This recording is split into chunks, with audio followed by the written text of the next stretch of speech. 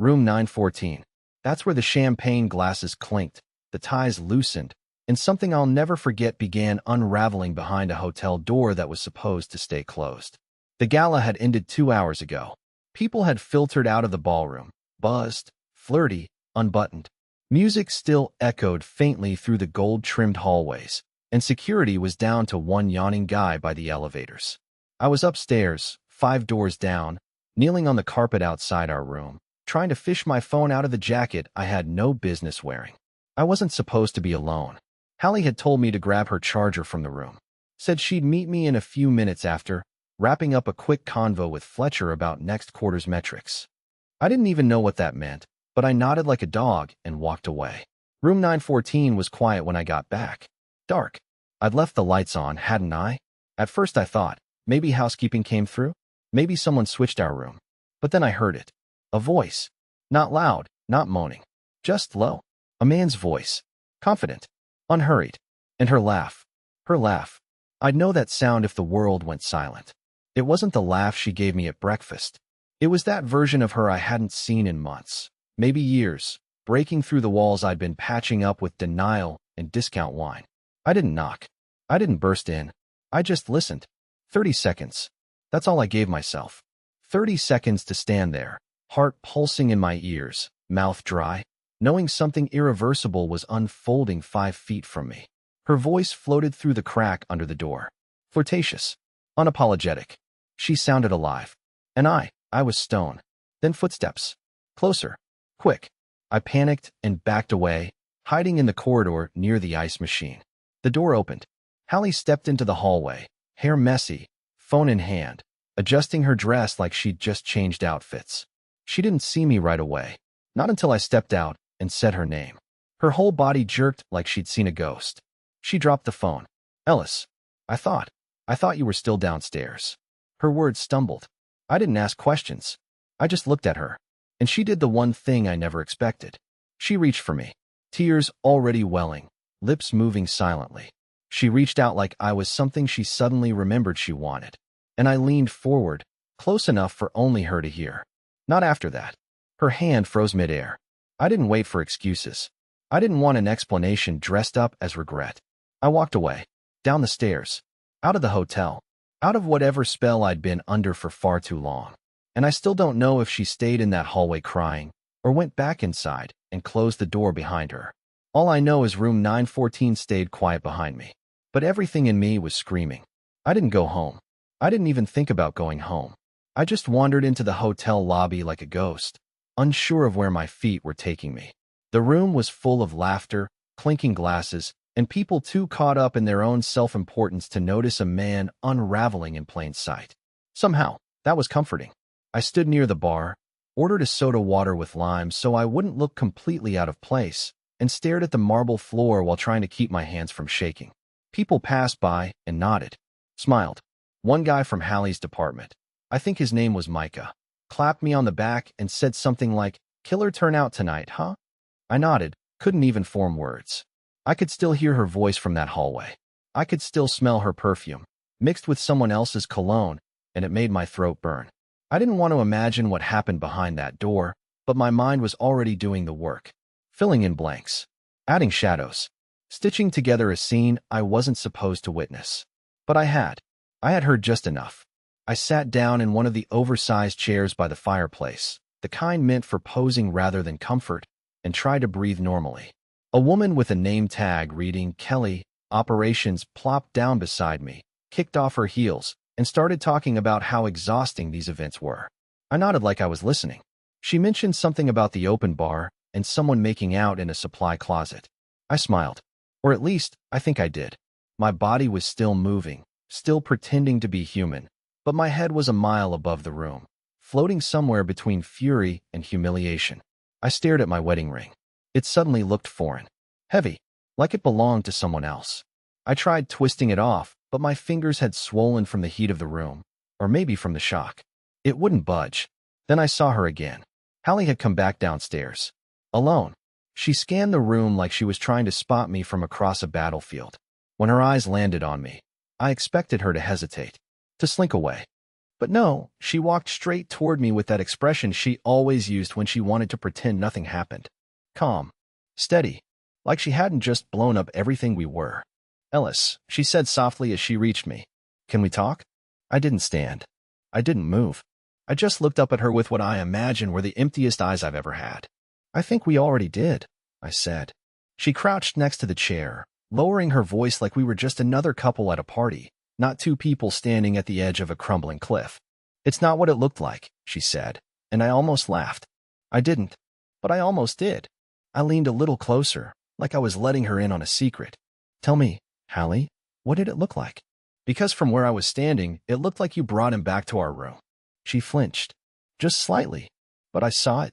She dropped her gaze, bit her lip. I wasn't thinking straight. I had too much to drink. He followed me up. He followed you up? I repeated, the words coming out sharper than I intended. You just happened to take the elevator to our floor? Into our room. She didn't answer. Just stood there, holding her arms like she was cold. She looked nothing like the woman who used to fall asleep on my chest whispering stories about the future. She looked small. Scrambled. Guilty, maybe. Or maybe just caught. Please don't do this here, she whispered, glancing at the people nearby. Right? I said, standing up. Because it would be embarrassing if anyone knew. She reached out again. Her fingers brushed my wrist. That tiny, habitual gesture that used to mean everything. I pulled away. I already told you, Hallie, I said. Not after that. And I walked past her. This time not toward the exit, but toward the elevator. Not back to room 914. Just somewhere else. Anywhere else. I didn't know what I'd do next. I didn't know where I'd sleep. I didn't know how to tell my parents. Or what I'd say to her sister, who always said we were relationship goals. But I did know one thing. Whatever this was, it was no longer us. And I think she finally realized that too, as I disappeared into the elevator and left her behind in the ballroom that was now way too bright, way too loud, and full of people who had no idea what just died on that floor. I ended up in room 910. Not because it was mine. Not because anyone invited me. But because the door was propped open just enough that I could hear muffled music, laughter, and someone saying, he's probably not coming back anyway. It was one of those casual after-parties that always form at these corporate events. Junior staff with loosened ties, heels in hand, crowded around a minibar and pretending none of it mattered. I walked in like I belonged, took a soda from the table without asking, and sat in the corner where the light didn't quite reach. Nobody asked me who I was. They were too busy talking about sales targets and some embarrassing karaoke moment from earlier. But I kept one ear open, not for gossip. For her voice. I kept expecting Hallie to show up at the door, pretending everything was okay, laughing too loud to prove some invisible point. She didn't. Not yet. Instead, I watched people move around like nothing had shifted. I wanted to scream that the ground had split open upstairs, that someone was tearing a marriage apart one whisper at a time. But I stayed silent. That's what I do. That's who I've always been. After 20 minutes, I slipped out and made my way to the end of the hallway. I don't know why I did it. Maybe I was punishing myself. Or maybe I needed to see if she'd gone back. Room 914 was dark. Quiet. I stood there, staring at the door, hand hovering near the handle even though I didn't have the keycard anymore. I didn't need to go inside. I already knew what had happened there. I could feel it, smell it, even the faint trace of perfume still hanging in the corridor. Hers. His. I started walking away, but then I heard it. Laughter. A voice I recognized. Not hers. His. Fletcher was in 916. 2 doors down. The voice was unmistakable, smooth, arrogant, filled with that casual confidence I'd never been able to fake. He was talking to someone on the phone, loud enough that I could catch every fourth word through the paper-thin wall. I pressed closer. Not proud of it, but something in me needed confirmation. Needed something real to hold on to besides the echo in my chest. She'll come around, he said. She always does. Pause. Nah, he walked. Would have done the same. Guy looked like a kicked puppy. Another pause. She's probably crying about it now, but give her a week. Tops. I don't remember walking away. I don't remember reaching the stairwell. But I do remember gripping the rail so tight my knuckles went white. My body was on fire. Shame. Rage. All of it blurring together until my knees nearly gave out. I sat on the cold stairwell floor and stared at the emergency exit sign like it might tell me what to do next. She'll come around. She always does. That wasn't just arrogance. That was familiarity. That wasn't a one-time mistake. That was a pattern. A dance they'd done before. Which meant I hadn't just stumbled onto a moment of weakness. I'd walked into a chapter that had already been written. One they were planning to keep writing without me. I thought about our house. The framed photo in the hallway from our trip to Mendocino. The coffee mugs she bought with the little E and H on them. The plants I watered every morning while she scrolled her phone in silence. It was all fake. Or maybe it had just been dead for a long time, and I was the only one still performing CPR. My phone buzzed. Her name. I didn't answer. I couldn't. She texted next. Please come back. We need to talk. I stared at it until the screen went dark. And for the first time that night, I cried. Not loud. Not dramatic. Just quietly. Bitterly. Because I wasn't sure what hurt more, what she did, or how easily she thought I'd come back after it. It was sometime after 1 a.m. when I finally stood up from that stairwell. My legs had gone numb. My shirt clung to my back with stale sweat, and my tie, still around my neck like some stupid symbol of who I thought I was supposed to be that night, felt more like a leash I hadn't noticed tightening until now. I didn't know where I was going, but I walked. Not back to the lobby. Not to room 914. I walked out through the service exit, past 2 hotel workers on a smoke break who didn't even look up. Into the parking garage. I found a quiet spot between 2 pillars and sat on the cold cement floor like a man trying to disappear. My phone buzzed again. Ellis, please. I need to explain. Just come upstairs. 5 minutes later, another message. I'm in the room.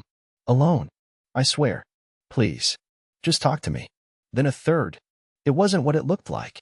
That line broke something in me. Because if there's one thing I know, it was exactly what it looked like. And she knew it. But she was still trying to put a coat of paint on it. Make it sound like I'd misinterpreted her welcoming another man into our room. Into our marriage. Into whatever was left of my dignity. I went back in. Not because I believed her. I didn't. But because I needed to look her in the eyes and see how far she'd go to lie to me. I needed to understand just how much of our life she was willing to burn down and still try to convince me the house was standing. I swiped my card at the front desk. Told them I was locked out of my room. They gave me a spare with barely a glance.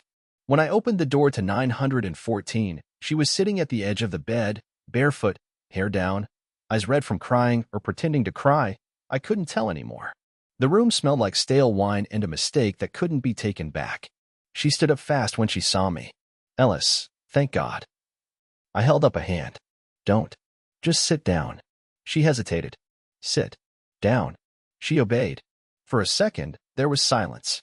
The kind that's thick with everything you'll never be able to unsay. I need you to be honest, I said. You owe me at least that. She nodded, eyes darting like a child caught in a lie. It didn't go as far as you think. Did he touch you? I asked. Yes, she said quickly. Then added, but was it the first time? She paused. And that pause screamed louder than any confession. My breath caught. I stared at her like I didn't know who she was, and maybe I didn't.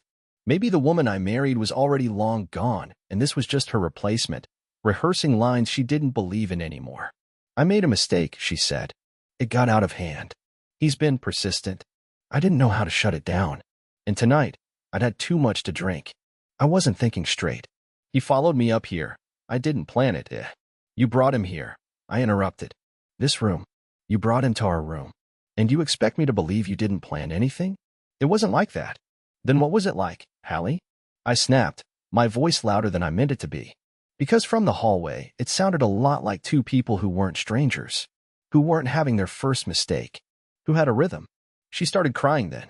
The real kind, I think. The one that comes when the story you've built starts falling apart in your hands and you realize the only thing left to do is beg. Please, she whispered, don't throw everything away over this. That line hit me in a way I didn't expect. I was throwing everything away? I took a step back and let the weight of those words settle. I didn't throw anything, I said quietly. I spent the last year trying to hold us together. While you were out building something else. I gave you room to breathe. I gave you every benefit of the doubt. I stood next to you at every party while you floated toward other rooms, other people, other lives. You want to talk about what's being thrown away? You already lit the match, Hallie. I'm just stepping back before the flames take me too. She covered her mouth like she was about to scream, but nothing came out. I turned toward the door, grabbing my bag from the corner. I'm going to stay with my brother for a while, I said. You'll get a call from a lawyer. And when that happens, don't lie to them. Tell them what you told me, that it wasn't what it looked like. I walked out before she could answer. I didn't slam the door. I didn't say goodbye. I just left. And for the first time in years, it felt like I was finally walking away from something that was never mine to hold. The drive to my brother's place was nearly silent, except for the low hum of tires against wet asphalt.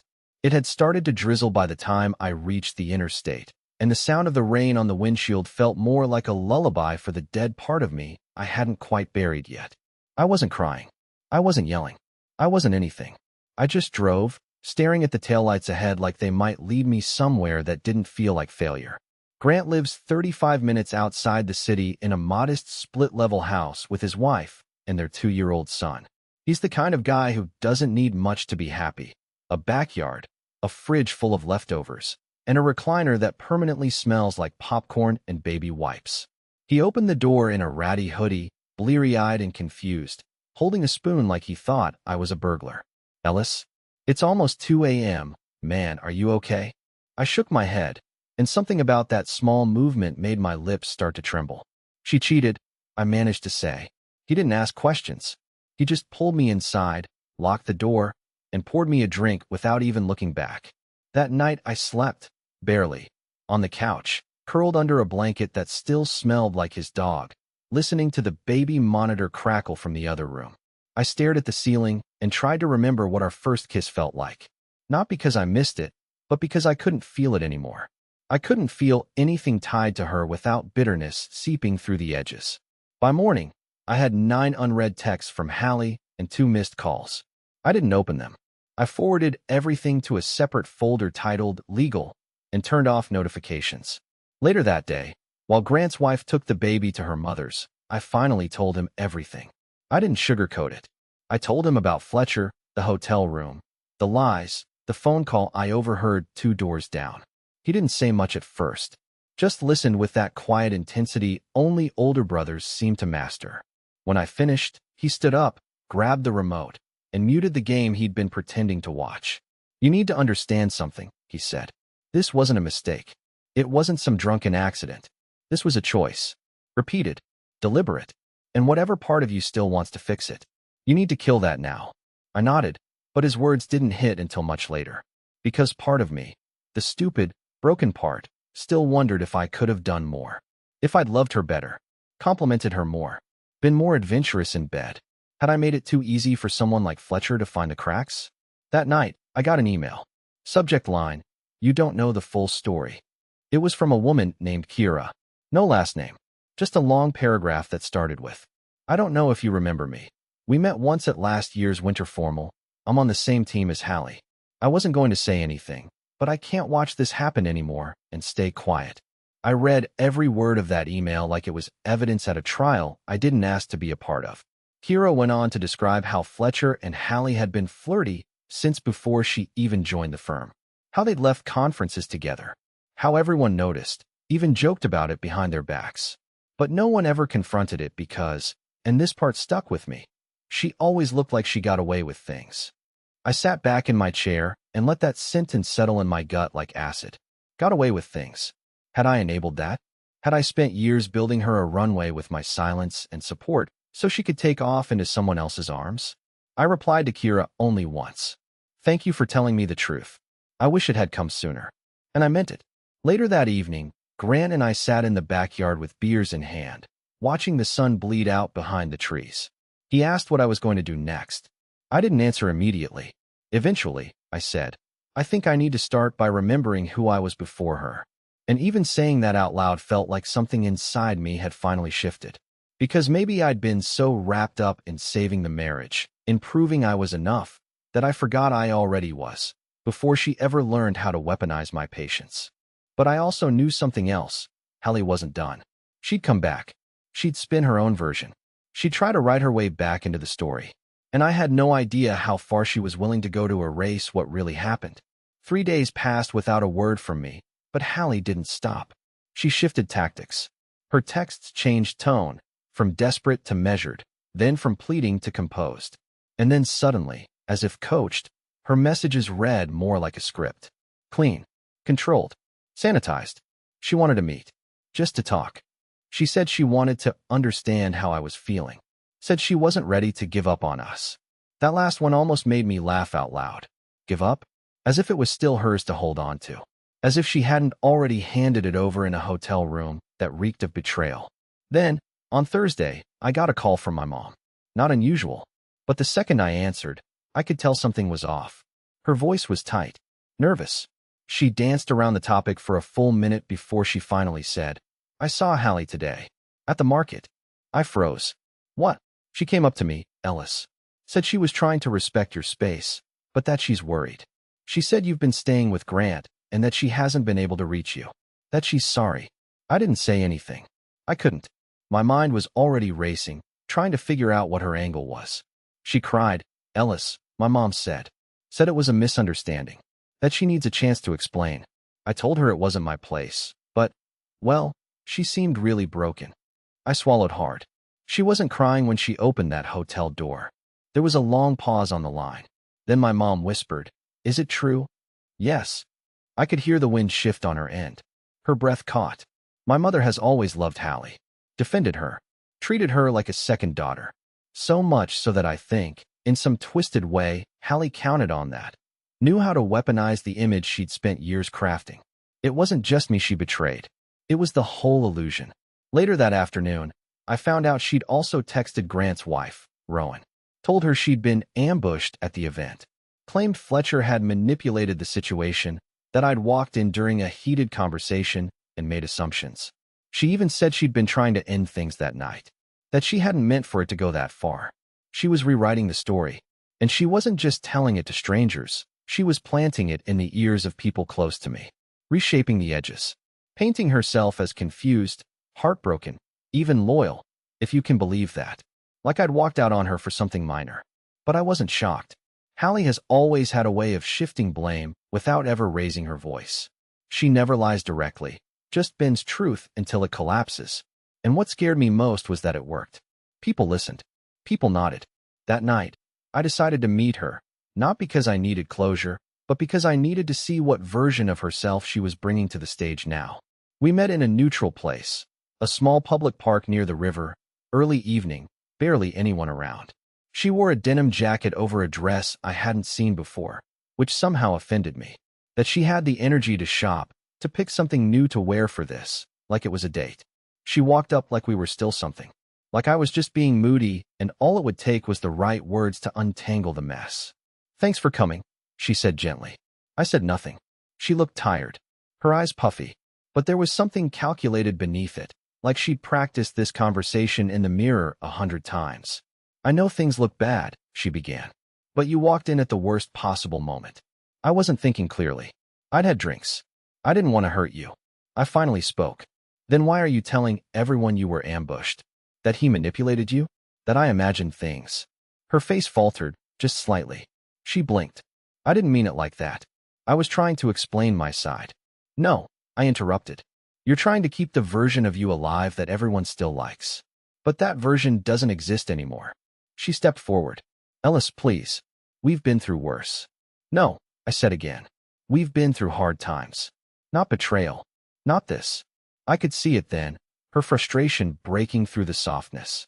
The guilt was gone. She'd switched again. You don't have to blow up everything over one mistake, she said, voice sharpening. People survive worse. You're not even trying. That's when I laughed. Not because it was funny, but because it was all so painfully, stupidly familiar. The gaslighting, the rewriting, the attempt to frame my reaction as the problem instead of her actions.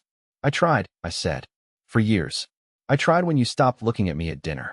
I tried when you started locking your phone and sleeping on the far edge of the bed. I tried when you made me feel like a roommate. And still, I stayed. Because I believed you were worth it. That we were worth it. I took a breath. But now I know better. She didn't cry. She didn't scream. She just stood there, stunned, arms limp at her sides, as I turned my back and walked away. This time for real. She didn't follow. And I didn't look back. Because some stories don't deserve sequels. It was almost comical how quiet my life became after that conversation in the park. Not peaceful, not by a long shot, but eerily still. Like the world was holding its breath, waiting to see what I'd do next. Hallie didn't reach out for 2 full days after I walked away. No texts, no calls, not even a passive-aggressive quote posted to her story. For someone who once messaged me from the hallway if I took too long at the grocery store, the silence was deafening. But I knew her too well to think it was surrender. It was strategy. The quiet before her next move.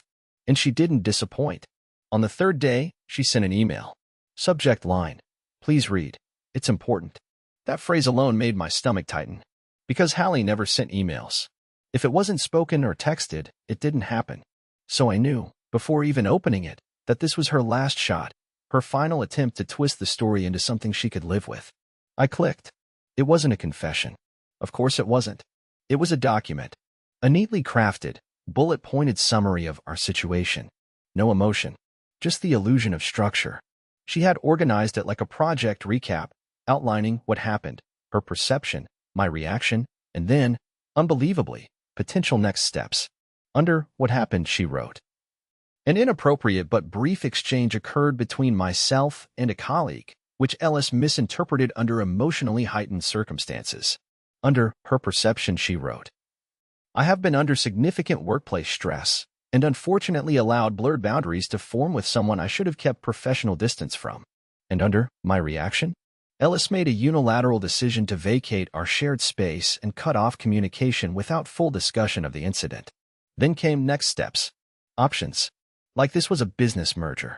Like we could just vote on which direction this whole disaster should go. Counseling. Temporary separation with communication plan. Mediation with trusted family support. I read it 3 times, unable to decide if I was more insulted or baffled. There was no mention of remorse. No raw acknowledgement. No, I broke your heart and shattered our trust, and I don't deserve your forgiveness. Just a PDF-style cover-up. She didn't want to fix us. She wanted to fix the optics. To manage the fallout like it was a crisis at her job, an HR incident to be contained and resolved before Q3 review. And that's when it hit me. I had married a PR campaign. I didn't reply.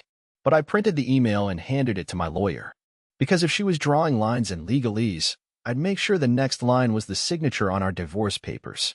Later that week, I got a call from her sister, Brenna, someone who had always been more honest with me than Hallie ever was. She sounded tired, nervous. She told Mom you were having a breakdown, Brenna said. Said you imagined the whole thing. That you thought she was cheating, but that you had no proof. I didn't even respond. I just laughed. That tight, bitter laugh that tastes like blood in history. She's spiraling, Ellis. She's not handling this. She's making things up. And I just needed you to know I don't believe her. Thank you, I said. And I meant it. But I also realized something terrifying in that moment. Hallie wasn't just rewriting the story for her sake. She was building a shield, a narrative she could hand to anyone who asked. Because to her, shame was always worse than guilt. If she could convince enough people that I was unstable, dramatic, overreacting, she wouldn't have to carry the weight of what she did. And then came the letter. A real one. In an envelope. Delivered to Grant's house by courier. I recognized her handwriting immediately. I almost didn't open it. I stood by the mailbox for 5 full minutes, debating whether to just light it on fire and walk away. But curiosity, or maybe closure, won. Inside was 2 pages of emotional gymnastics. No header. No greeting. Just her voice, pouring out like a diary entry written for an audience. She talked about how our love deserved more than a single night to define it. How I had always been too quick to retreat when things got hard. How Fletcher was a symptom, not a cause. And then the most damning line. If you had paid more attention to me instead of playing the victim, maybe I wouldn't have had to find validation somewhere else. That was it. That was the sentence that turned whatever frayed thread of forgiveness I still had into ash. Because it wasn't just a confession. It was a weapon. A last-ditch effort to convince me that this wasn't betrayal, it was punishment. That I had driven her to it. I folded the letter slowly, placed it back in the envelope, and slid it into the trash. And that night, I wrote my own letter, not to her, but to myself. It wasn't poetic. It wasn't long. It was just a promise. Never again will I apologize for being broken by someone who was already cracked. Then I turned off my phone, closed the curtains, and for the first time in weeks, I slept like someone who had finally let go. The weeks that followed weren't magical. There was no grand epiphany, no soaring music, no one saying, "See, everything happens for a reason." There was just silence, strange, unrecognizable silence. And for a while, it was the hardest thing in the world. Waking up and not checking my phone. not listening for her footsteps, not feeling the weight of her presence in every room, every object, every routine I used to share with someone I thought I knew. The silence made me confront everything I'd ignored, and eventually, it made space for something I didn't expect. Peace. Not immediately, not completely, but enough. The divorce was clean. Faster than I expected, actually. I think, deep down, even Hallie knew she couldn't rebuild what she'd burned down with a smirk and a spreadsheet. Once her attempts to rewrite the story collapsed under their own contradictions, she went quiet. The last time I saw her was outside the courthouse. She nodded at me like we were strangers passing on a train platform, and maybe that's all we ever really were.